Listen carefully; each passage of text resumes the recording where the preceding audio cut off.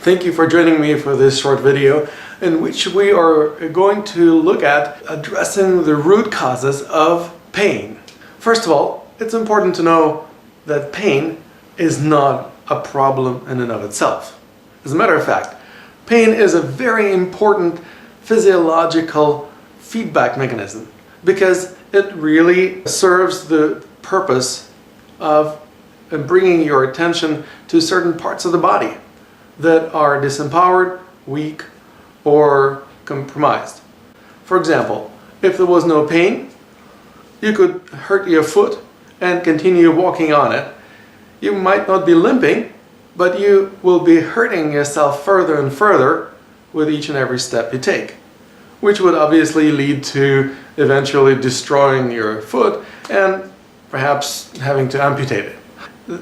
It's not always that dire, but you can probably see that pain actually serves a very important role. It sends the signal of alarm to the central nervous system. Hey, something is not working here properly. Pay attention. Maybe you need to bring more energy to this part of the body. That's right. Where attention goes, energy flows. So when you want to heal a part of the body, you actually need to bring attention to it, which is the opposite of taking painkillers or pretending that nothing is happening there, or just simply cutting it out and throwing it away. How is it going to heal if you do that? An important aspect of working with chronic pain is understanding that it's not a fluke. If it happens day in and day out or on some recurring basis, it means a part of the body that is hurting is really constantly compromised, and it's crying for help. It's crying for attention. It will receive help when you actually start paying attention to it. And there are several ways to pay attention to compromised or disempowered parts of the body.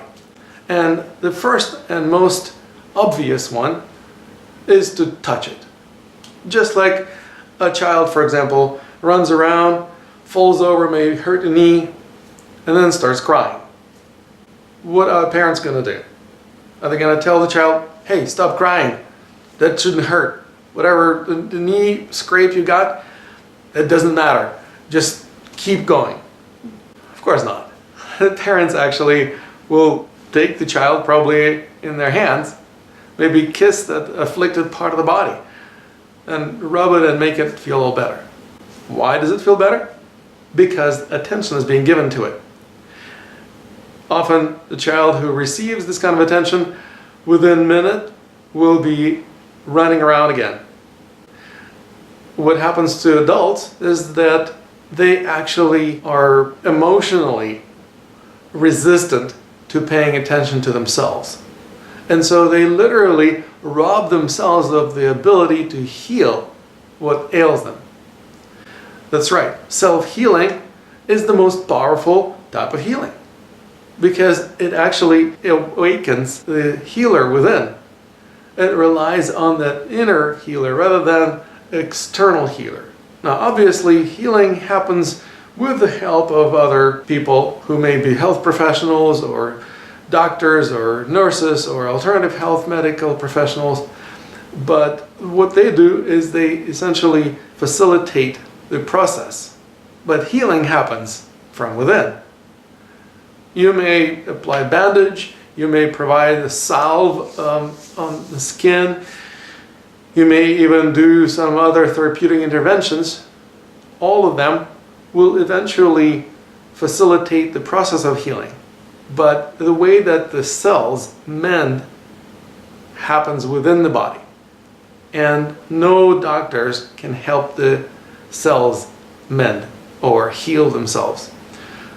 That's right. It is the insider job to heal yourself. And that's exactly what I invite you to learn how to do. I'm going to provide you more video materials on the subject of self-healing, and I want to give you the first tip today. The first tip is very simple. When you have tension in your body, tension is frozen movement. That's right. Whenever you have undue tension in your body, essentially it blocks the flow of qi. So the flow of movement is impeded, and also your physical movements are going to be stifled or restricted. What do we do when we experience that?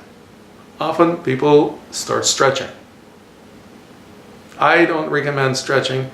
As a matter of fact, it leads to stretch reflex, which only will exacerbate the condition. So, we'll have a special video dedicated to the alternative to stretching that will make you much more flexible without doing any stretches.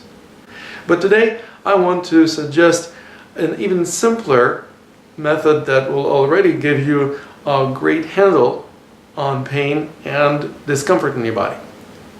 As you probably know, much pain, if not all of it, is a result of that undue tension, which creates energy blockages, wreaking havoc in your health.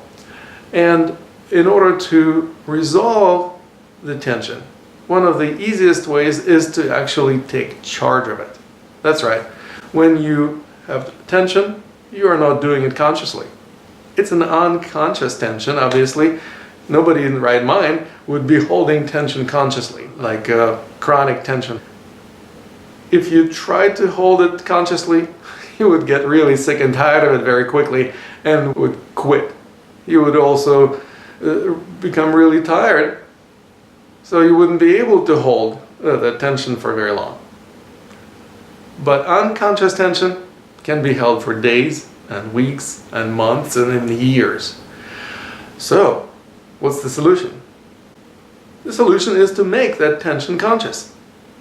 That's right. If the unconscious tension can be held for years, conscious tension cannot be held for that long.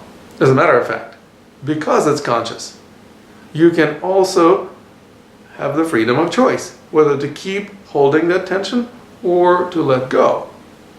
And of course, it's not black and white. It's not just you have tension or you don't have tension. It's different degrees of tension that we're talking about. So, I invite you to scan your body. Imagine you're going through an MRI machine and identify a particular area of your body where there is discomfort, pain, or undue tension. Maybe it's your back, maybe somewhere in your neck or shoulders, maybe it's in your legs. Wherever you find that undue tension that probably causes you pain or limits your range of motion. The next thing will be to exaggerate that tension. That's right, I'm not kidding. You actually tense up more. Why would you do that? Well, it's because you're actually doing it consciously now. Unconsciously, you cannot stop holding that tension because you don't even know that you're doing it. But once you become conscious of it and you actually send signals from the central nervous system to those muscles to contract, you take charge of that tension. You now have the handle on it. If you choose to, you can continue holding it, but I'm pretty sure that very quickly you will feel like you're ready to let it go. Don't let it go all the way. I encourage you to take stair-stepping approach. So for example, if you realize that you had tension, maybe it wasn't 100% of possible tension that that part of the body could possibly hold. Maybe it's only 60% or 70%. Just bring it a notch higher. So that instead of 60, for example, you would have 70 or maybe 75 maximum. But what happens then is that you actually become more tense and you become aware of how you're doing it. Now you become fully responsible for that tension. You consciously take responsibility for holding that tension. You're sending conscious signals of contraction to those muscles. Then you can descend down the stair step from 70 to 60, from 60 to 50, from 50 to 40, from 40 to 30%, making this tension less and less intense. As you getting to lower rungs on this ladder, you may even make the increments smaller. For example, go down to from 20 to 15%, maybe from 15 to 10%, maybe even further down from 10 to 5. I don't encourage you to go all the way down to 0, because 0 means limp, no tension whatsoever. Actually, it's healthy to have a little bit of tension. It's called muscle tone. That's right, muscle tone is a healthy thing. But that muscle tone is relatively small percentage of the full capacity that the muscle is capable of tensing. So when you consciously reduce the level of tension, you may go down to maybe 10% or maybe 5% and check, how does it feel? Does it feel more comfortable or does it feel less comfortable? Do you feel more pain or do you feel less pain? I guarantee that you will notice a difference between high level of tension versus low level of tension. And as you perform this action more than once, you may develop a refinement of your ability to contract the muscles on purpose and release the muscles on purpose. Now, there is no signal of relaxation that the central nervous system sends to the muscles. So this is also an exercise in Wu Wei, non-doing. You literally are learning how to stop doing something that you chose to do. But you have to choose first. Because if it was not a conscious choice, you can't stop doing it. So this is the number one tip that I want to share with you today. We will go a lot deeper as we progress into understanding how to work with our bodies, how to apply the principles of harmonious culture movement, and holistic fitness and wellness. I look forward to seeing you in our next video.